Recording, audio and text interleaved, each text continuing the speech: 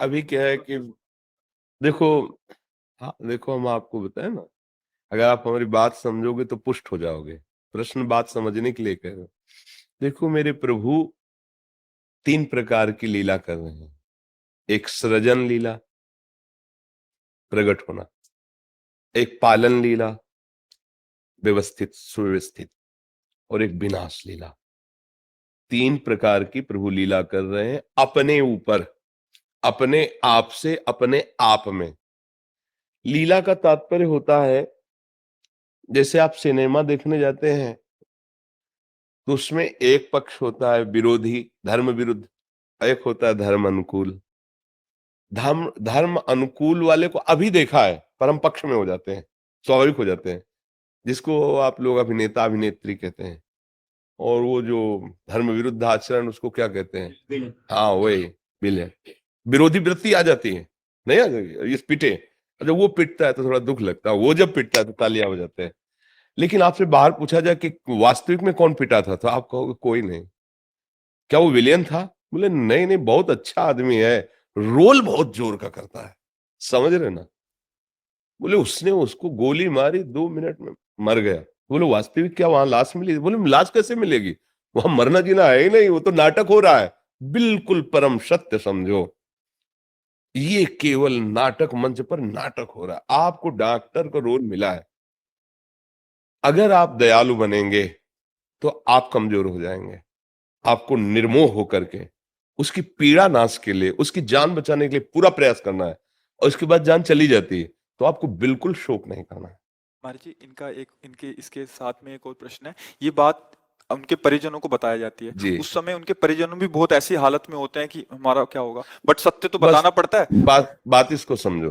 But वो बहुत कोप का भाजन हो ज, जाते हैं, मतलब बहुत गुस्सा कर देते हैं, फिर उनको बहुत वो दुख देखो होता है। अज्ञानी जीव है।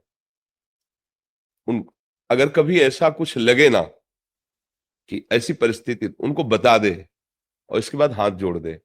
अब किसी रोग से ग्रसित होकर उसका अंतिम निर्णय वही है। आप चाहे जितनी दवा औषधि जो भी चाहे उपाय कर लो, आप उपाय कर सकते हो, लेकिन अगर उसकी श्वास खत्म हो गई है तो आप ऑक्सीजन चाहे जो कुछ दे दिए, दोबारा श्वास नहीं है उसमें आ सकती, क्योंकि एक नियत संख्या श्वास की है। अब अज्ञानी जो समझते हैं कि चाहे जितना पैसा लग जाए लेकिन आपको बचाना होगा, नहीं तो हम आपके साथ एक्शन विरोधी करेंगे। वो अज्ञानी जीव है, उनको नहीं समझाया जा सकता।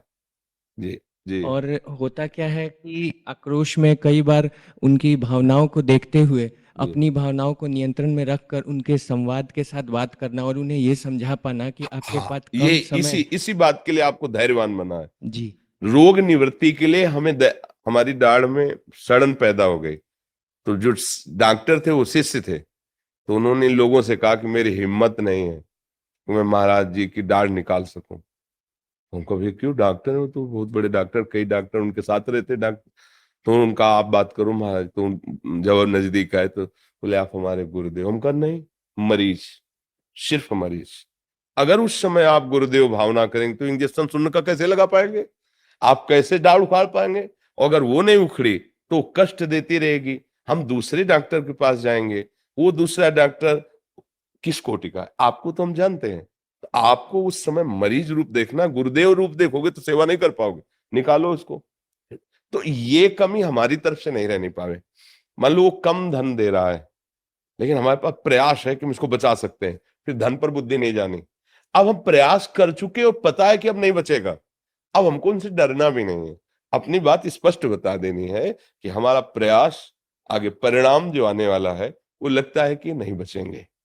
उसमें ना तो भयभीत होना है और ना उसमें कोई डिस्टर्ब होना है। ये किसी के बस की बात नहीं है।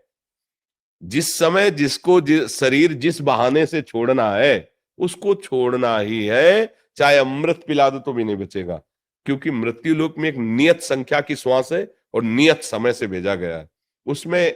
अब जैसे प्रारब्धवशात कोई रोग आया है और चीर फाड़ हुई तो उसका प्रारब्ध उससे पूरा हो गया, वो ठीक हो गया। अगर जाना है तो फिर कोई भी नहीं रोक सकता। अब ये तो अपनी समझ में आती है ना बात, कि हमारी समझ में कि तुम बहुत जादूगर हो, छलिया हो बड़े, सब कोई तुम्हें समझ नहीं पा रहा, लेकिन तुम्हारी ही कृपा से बात समझ में आ गई कि तुम जो चाहो कर सकते हो। जो चेतन का जड़ करे, जड़े करे चैतन्य असमर्थ। फिर अब हम दूसरे की तरफ नहीं देखने वाले, हमका उसका विधान, ये अब संसारी लोग नहीं जानते। जानते हैं कि डॉक्टर की कमी से मरीज मर, कुछ ऐसा भी होता है, हम इसका निषेध नहीं करते। कुछ लोग अर्थ प्रधान बुद्धि रखने वाले, उसके पास अर्थ अव्यवस्था है तो चूक कर देते हैं। ऐसा नहीं करना चाहिए।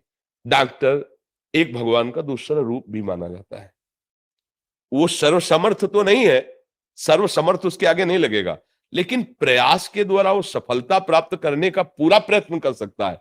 अगर अर्थ की अव्यवस्था के कारण आप आए हुए मरीज को, तो फिर वो अपराध माना जाता है। और यदि आप पूरी व्यवस्था कर रहे हैं, इसके बाद असफलता है, फिर वो विरोध करना ठीक नहीं है दूसरों का, वो बिल्कुल ठीक नहीं है। अब डॉक्टर कोई, हमें तो प्राय अब जैसा अपनी सोच होती है वैसे ही होती है ना। हमें लगता है कोई डॉक्टर किसी मरीज के साथ ऐसा कैसे कर सकता है। हमें लगता है कि जिसको विद्या ही सी बात की मिली है कि आए हुए मरीज के कष्ट निवारण की, वो अर्थ की प्रधानता करके ऐसा कैसे कर सकता है।